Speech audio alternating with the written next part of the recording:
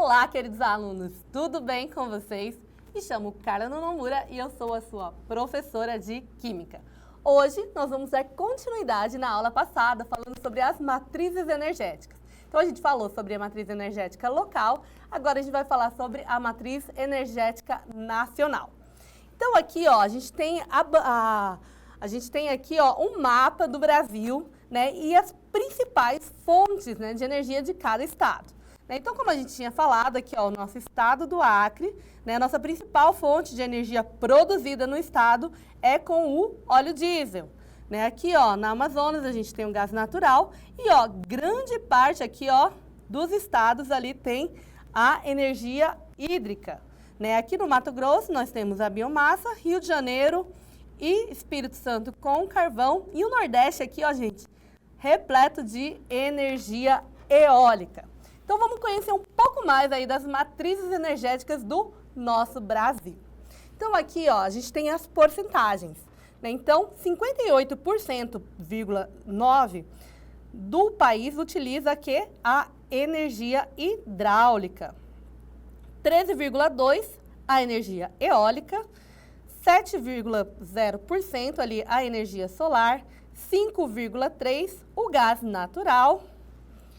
Aí nós temos 5,1% o bagaço da cana, 2,1% a lixívia ou o licor negro, que são derivados ali da indústria da celulose, 2,1% da importação líquida, 2% da energia nuclear e 1,6% de outras fontes não renováveis, 1,2% ali do carvão e 0,8% de outras energias renováveis. Então, basicamente, gente, essa é a matriz energética ali do nosso país. E aqui, ó, a gente tem a tabelinha que tem o quê? As principais usinas. Né? Então, a principal fonte de energia é a usina de Itaipu, ó, liberando ali 14 megawatts, né? Como eu falei, é a que mais produz energia, assim, disparado, ó. E ela fica localizada lá no Paraná, né, entre o Paraná e o Paraguai, e é uma energia renovável. A segunda fonte é ali a energia nuclear. Né? Então, a gente tem duas usinas lá em Angra 1, Angra 2, no Rio de Janeiro, produzindo 2.000 megawatts, não renovável. Depois, a gente tem as termoquímicas, né? Então, a gente tem o Porto de Sergipe 1, né, com 1.551 megawatts, né? Ela também é não renovável. A gente tem a usina solar de Janaúba, lá em Minas Gerais, gente. Ela produz 1.200 megawatts, é uma energia renovável. Aí a gente tem um complexo eólico lá da Lagoa 200, no Piauí, gente, ó, lá no Nordeste, com 716 megawatts de produção. Também é uma energia renovável. Depois a gente tem a outra termoelétrica Bracel, né, lá em São Paulo, ela usa biomassa.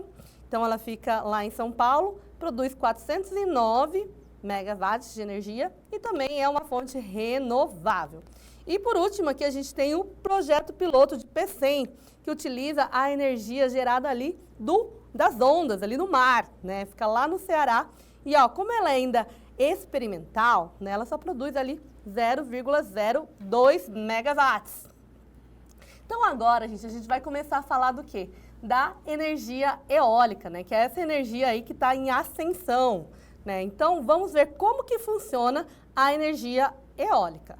Então, aqui, ó, a gente tem um esqueminha, né, de como funciona. Primeiro vai acontecer o quê? O vento vai bater aqui na pá do aerogerador. Né? E essa torre aqui, ela vai ser acionada, ela vai girar, né? Então vai ter essa rotação aí das pás que vão acionar o eixo, né, que vai passar por engrenagens, que vai aumentar ali a velocidade dos giros, e aí essa energia mecânica, ela vai para um gerador. E esse gerador é que vai transformar nessa energia mecânica em energia elétrica. E por último, a energia elétrica aqui, né, vai lá passar pelo transformador e vai seguir ali para uma linha de transmissão. Então, é assim que funciona o aerogerador. Qual que é a vantagem ali, ó? A energia eólica, né, ela é muito utilizada ali no Nordeste, por quê, gente?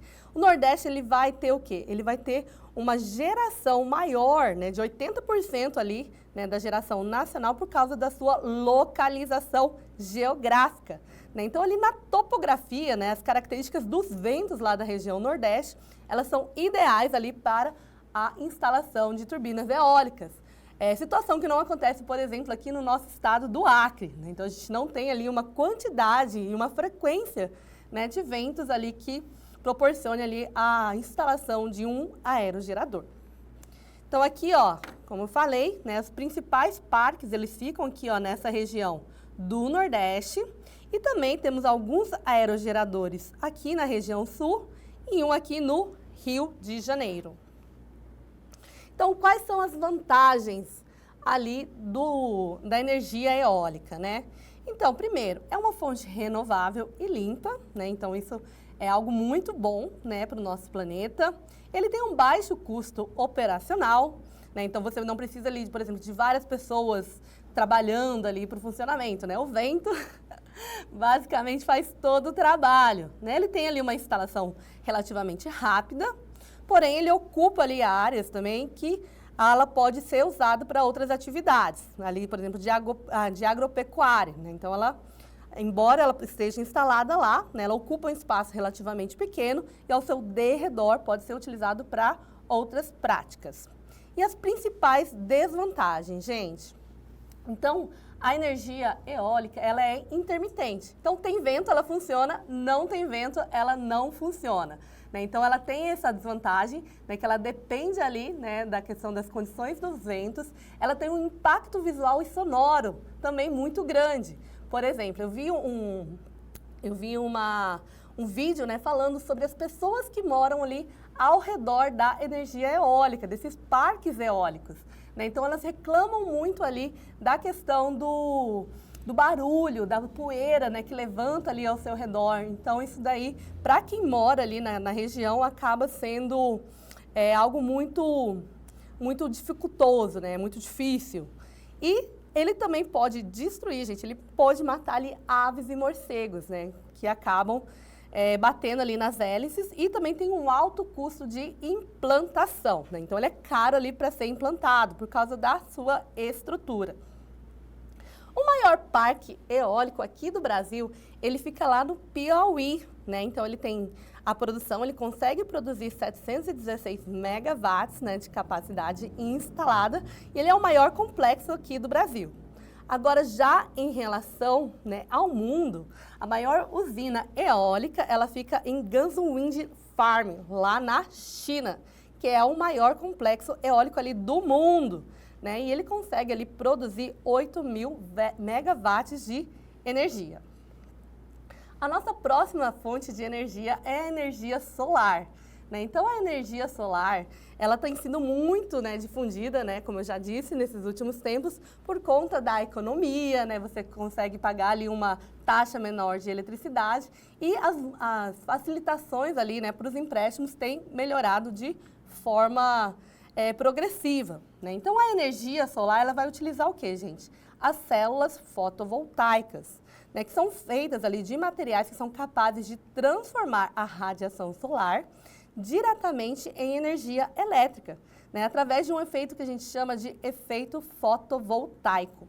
Né? Então, a energia ali dos fótons da luz, ela vai ser transferida para os elétrons, que então vão ganhar a capacidade de se movimentar. E esse movimento ali dos elétrons, né, vai gerar ali a corrente elétrica, produzindo então a eletricidade. Então, aqui, ó, a gente tem, né, uma casa, uma residência. E aqui, ó, ela tem as placas solares, né? E aqui, ó, vai ter a incidência de luz aqui nessas placas. E aí, essa energia produzida vai aqui para um inversor, que vai transformar a corrente contínua para a corrente alternada.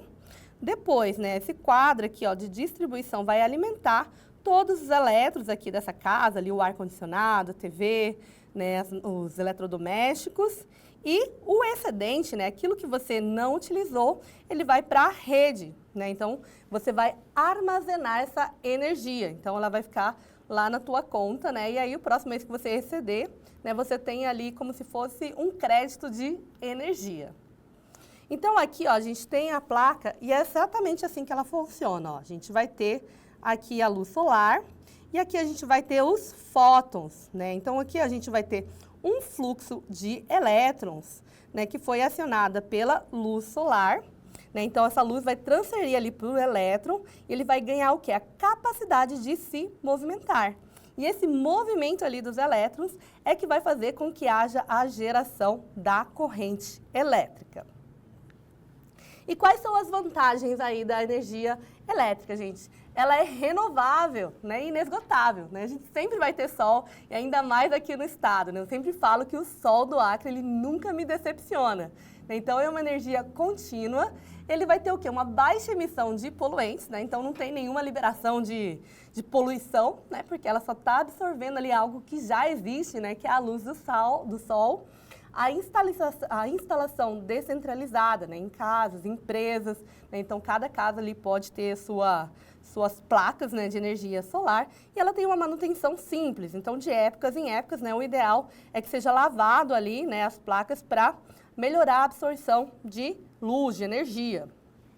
E quais são as desvantagens ali da placa solar, gente? Ele vai depender das condições climáticas, né, se vai ter sol ou não. Então, épocas de menor sol, né, vai ter uma baixa ali na produção de energia. Ele vai ter um alto custo ali inicial da instalação, né, então você paga ali, financia, ou se você tiver uma entrada, né, você já dá. E outra questão, né, quando você faz uma usina, ela vai ocupar uma área muito grande. Já a gente vai ver algumas usinas e realmente precisa de um espaço considerável. Então, aqui no Brasil, gente, atualmente a gente está em sexto lugar ali no ranking mundial, né? A gente está ali atrás de outros países ali, como a China, os Estados Unidos, o Japão, a Alemanha e a Índia. Aqui, olha só, gente, essa daqui é a maior usina de energia solar do mundo. Olha que coisa linda, né, gente? Mas, como vocês podem ver, ele utiliza ali um espaço muito grande, né? Então, essa usina fica lá na Índia, né? E ela tem mais de 2 milhões de painéis solares, né? E ela produz ali 2.245 megawatts de energia. Já no Brasil, gente, a nossa maior usina, ela fica lá em São Gonçalo, que fica no Piauí, né? E ela é a maior ali da América do Sul. E ela tem uma capacidade ali de 864 megawatts. E aí, agora a gente vai falar das usinas de biomassa, né? Então, as usinas de biomassa, elas são muito parecidas ali com as termoelétricas, né? Que a gente já viu na aula passada. A diferença aqui é que, ao invés da gente utilizar ali o óleo diesel, a gente vai usar o quê? Bagaços da cana e palha, cavaco de madeira, resíduos industriais, ali como eu falei, da lixívia e o licor negro, que são ali da produção da celulose, né, dos papéis, e até mesmo dejetos de esgoto. Isso mesmo, gente, a gente consegue fazer energia ali com o esgoto, né? Então, todos eles vão ser convertidos ali em eletricidade, calor ou biocombustível. Então, ele é totalmente renovável e também totalmente sustentável. Aqui, ó, são as principais matérias-primas energéticas, né? Então, como eu falei, tem ali os resíduos de madeira, resíduos agrícolas ou florestais, né? Resíduos da geração, né? Da cogeração do papel e resíduos industriais. E aqui a gente tem um mapa aqui do país com os principais resíduos que são utilizados, ó. Aqui no Acre, né, na região norte, é usada a lenha, o carvão, resíduos agrícolas e óleos vegetais, como a gente já viu. Então, é assim que funciona ali uma usina de biomassa, gente. Ó, por exemplo, aqui ele vai utilizar a cana-de-açúcar. Então, eles pegam aqui a cana-de-açúcar, vão fazer a sua produção ali ou do etanol ou da sua produção de açúcar. E o que, gente? Aquilo que não foi utilizado, né, o bagaço ali da cana, ela vai aqui para a questão da caldeira. Então, ela vem aqui, ela é queimada, né? Então, o que sobrou ali da cana, ela vai ali, vai ser queimada, ela vai gerar o quê? O vapor, né? Então, esse vapor da água vai fazer com que haja o quê? o giro aqui da turbina. Então, essa turbina ela vai girar, né? E como todas as demais fontes, né, a maioria das fontes que a gente viu, ela vai transformar a energia mecânica em energia elétrica. E aí ela vem aqui para o gerador, conversor e bora para a rede. Então é basicamente assim que funciona uma usina de biomassa. E quais são as vantagens, gente? Renovável, se bem manejada, é claro. Reaproveita ali resíduos orgânicos e agrícolas. E também ela pode ser utilizada para gerar energia elétrica, calor e também os biocombustíveis.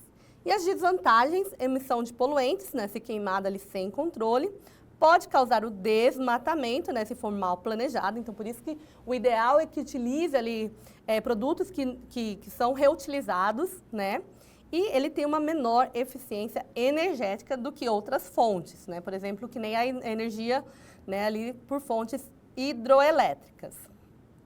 E essa, olha que coisa linda, gente. Essa usina aqui é a usina de biomassa chamada usina Onça Pintada. Ó, ela já tem aí, né, a onça pintada, né, na sua fachada, bem bonitona. E ela produz 432 mil megawatts, né? E ela fica lá em Três Lagoas, no Mato Grosso do Sul. Então, daqui é uma das maiores usinas de biomassa aí do nosso país. E aqui nós temos a maior usina de biomassa do mundo. Né? Então, ela fica lá no Reino Unido e ela produz ali 3.900 megawatts.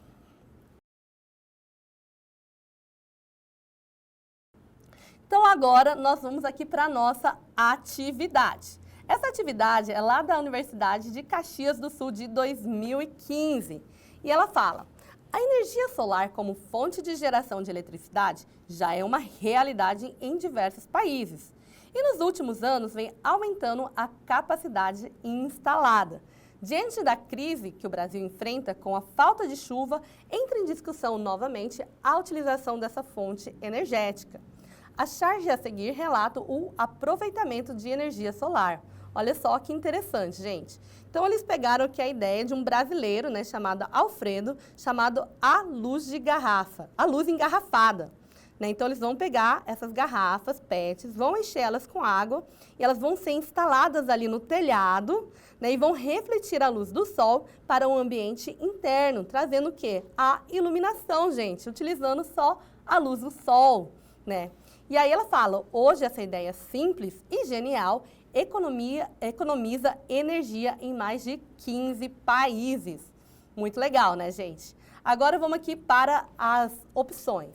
Então, aqui vamos falar de diversos tipos de energia e a gente vai verificar se elas estão todas corretas.